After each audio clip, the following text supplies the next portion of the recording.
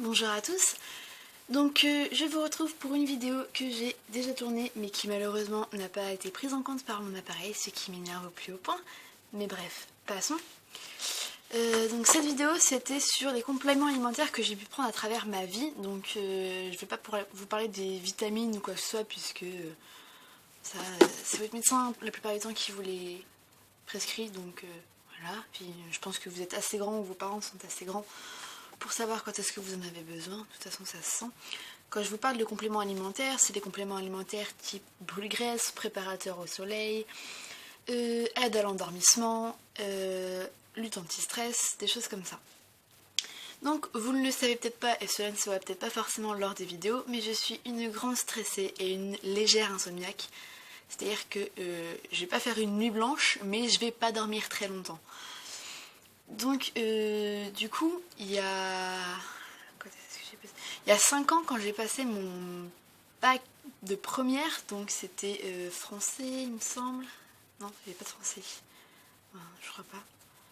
Enfin bref, quand j'ai passé mes premières épreuves de bac en première L, j'étais extrêmement stressée. Donc ça m'était déjà arrivé au brevet, mais ça allait encore.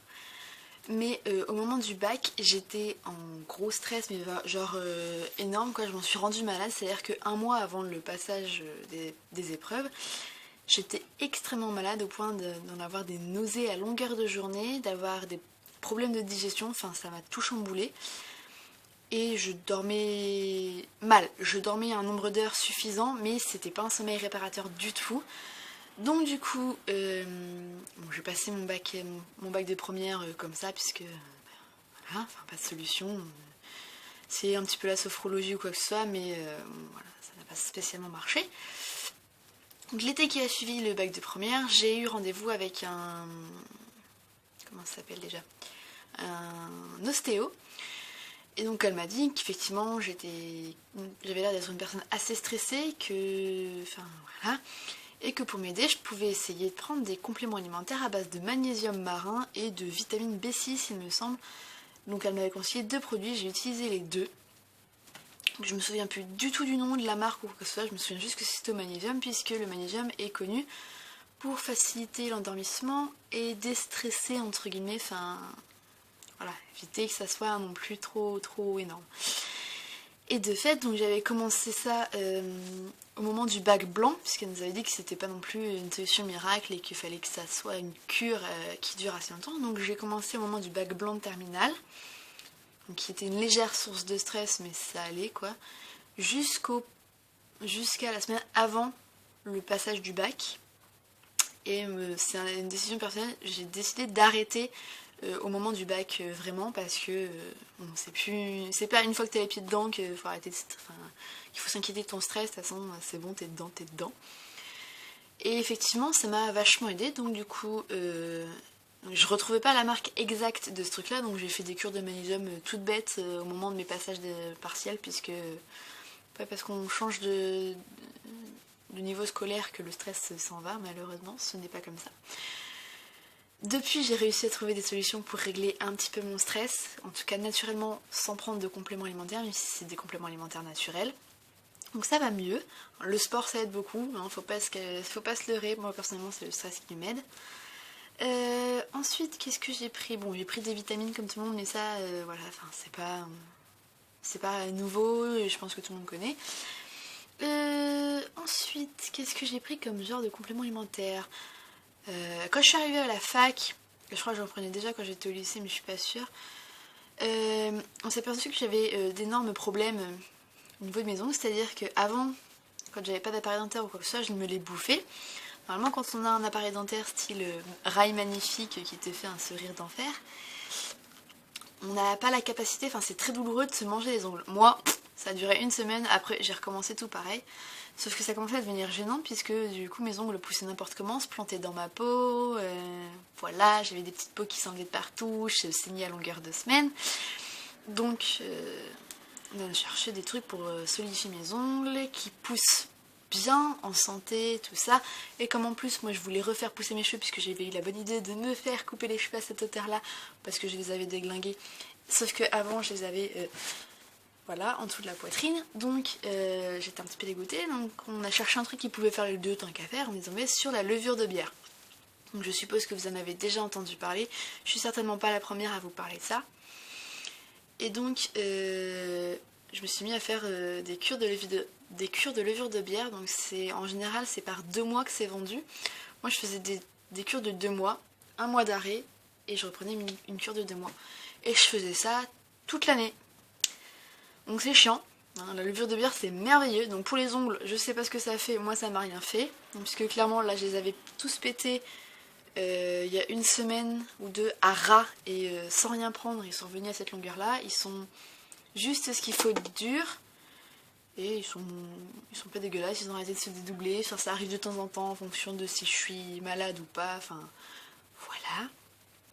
Par contre, pour les cheveux, c'est super cool. Le souci, c'est que la levure de bière, ça favorise le renouvellement capillaire. Sauf que dans capillaire, il y a aussi les poils.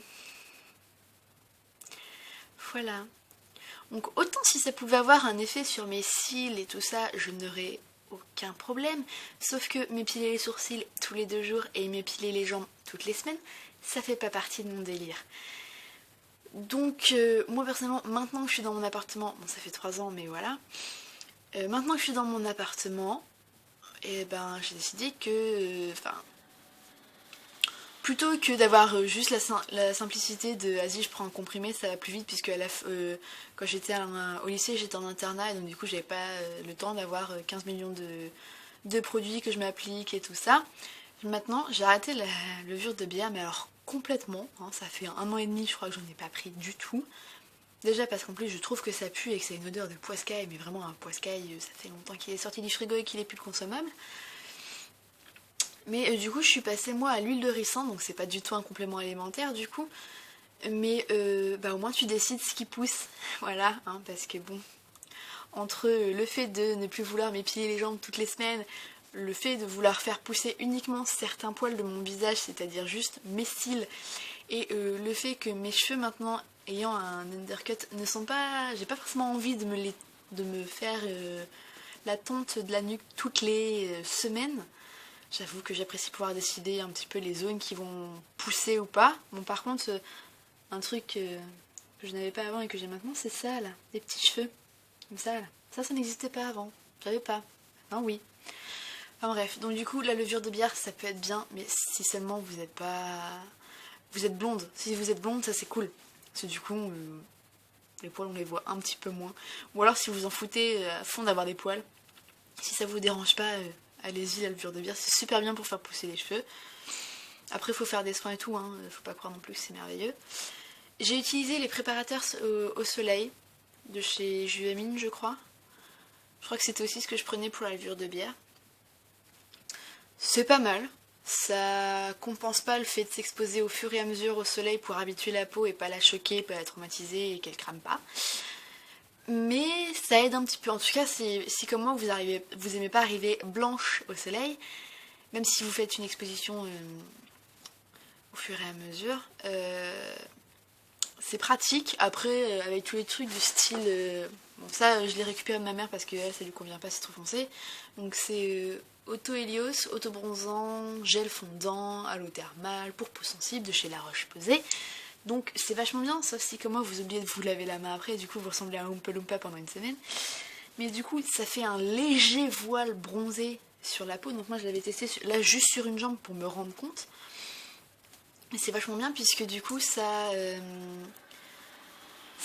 prépare pas la peau au soleil, mais du coup ça vous oblige à vous hydrater au moins 1 fois par jour ou 1 fois par semaine, si comme moi vous oubliez tout le temps.